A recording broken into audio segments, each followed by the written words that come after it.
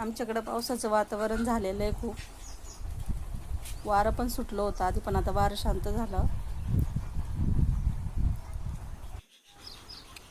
चला तर आता मी घास कापला एवढा,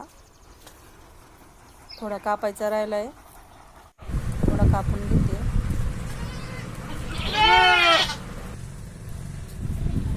घासात रचते, रचून त्याचं ओझं बांधून घेते. हे बघा, ओझं छान असं बांधून घेतलं. आता माझ्या मुलाकडे उचलून दिलं, त्यांनी घरी नेले ओझं. छोट्या वासरला पण घास टाकला, शेळ्यांना आता घास टाकला. खूप आरडत होत्या.